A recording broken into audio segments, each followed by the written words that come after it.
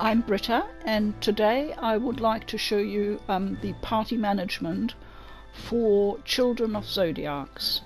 As you can see, I have finished the game on normal difficulty, and that was quite challenging, to be honest. So let's have a look at an overview to give you an idea what's involved. The first screen is the status screen for the three main characters. There are other characters in the game and that you can play with, but these are the ones you will spend most of your time with. They are Nami. She's the main character. She undergoes the greatest character development throughout the story. She is a young girl who grew up in the slums called the Shambles. She had a very deprived childhood, having to fight for food and survival in a very ugly and quite violent world. The next character is another girl, Bryce. She is quite outspoken and opinionated. She is your main magic damage dealer. And the third character is Zero, the lovable robot, one of my favorite characters, who fulfills the role of healer and buffer. He may look rather tanky, but in fact he can be quite vulnerable up close, and certainly in the early stages of the game needs to be protected and a bit mollycoddled. The same applies to Bryce. She can deal a lot of fantastic damage, but her defenses are low and you really need to watch it. Nami, on the other hand, has pretty good defenses and the invaluable ability to go into a shroud to protect herself, but she is an upfront melee fighter with two daggers or knives, and is therefore very exposed when she's in attack mode. The next screen shows us the deck builder. This is the meat and potatoes of the game. You can see here for each character the collection they have available. You start out with only a few cards, but as you can see by the end of the game there is quite a selection available.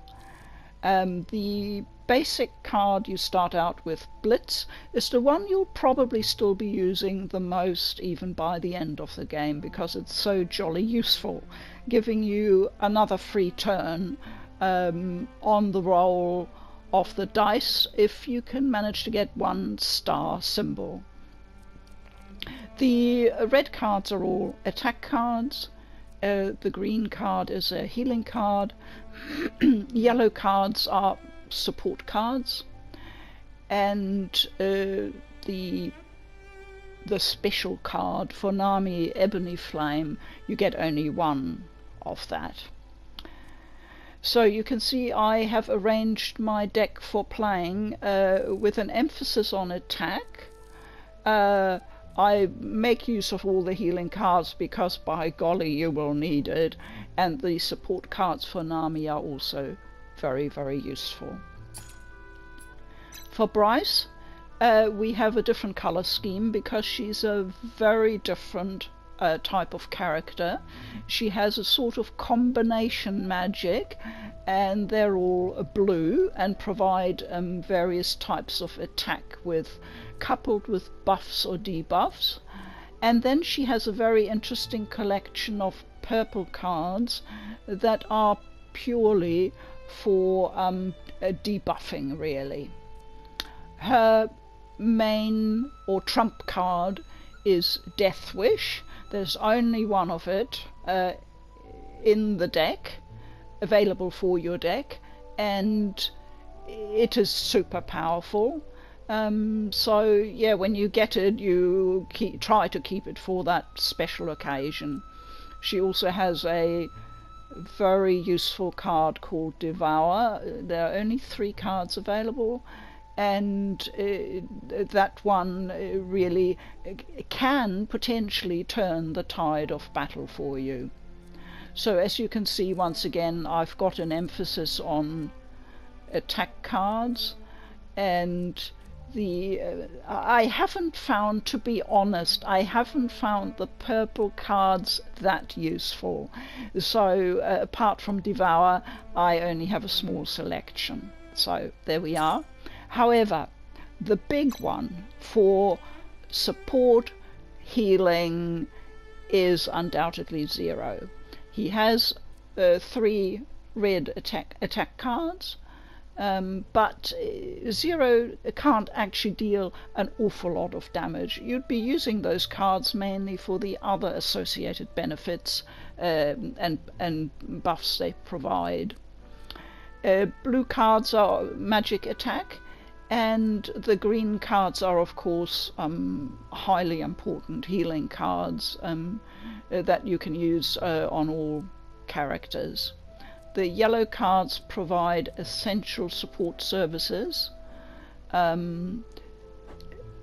with the meditative subroutine being particularly important. It's a card I really like to have up front with any luck in the early stages of any battle, and to apply it immediately, because it puts Zero into the so important position of entering Guardian status, and that then trickles down into providing benefits on a variety of other cards. So there's a sort of chain effect of various statuses that you can enter, and that then influence how the other cards play out. You can see my emphasis with Zero is very much on healing and support services. So those are the 3 characters and a bit of background on them. The other important thing in the game, of course, are the dice, and the dice system is really quite complex and quite fascinating.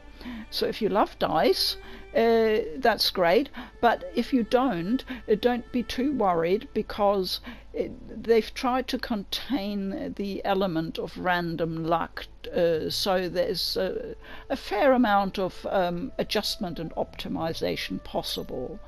So I've managed to get dice equipped for Nami, which are all at the max level 6, and as you can see, there is a vast range of different dices available at all levels from 1 to 6. So you've got a great deal of choice, featuring all the important elements, whether it's basic attack, shielding, health, extra cards, star symbols. We'll talk about those at some other time. They're hugely important, and the lightning bolt for special effects. I've got pretty good dice equipped on all my characters by now. I put a great deal of emphasis on having dice with the star symbol, as you'll probably notice, because that one is so important for giving you those crucial extra benefits when you roll the dice.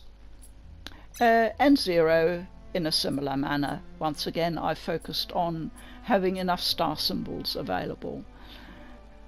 So that's the dice equipping, which is pretty straightforward. You just select one type of dice that you fancy, the way you want to play your character, and put it in the slot, and the slots become available as you progress through the game.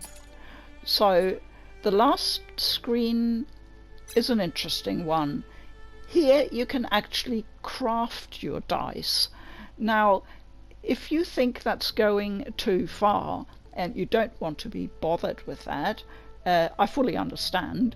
You don't have to do it, really. There are plenty of dice combinations available, that you can pick from, and I really did the dice crafting more for fun than anything else, I have to admit.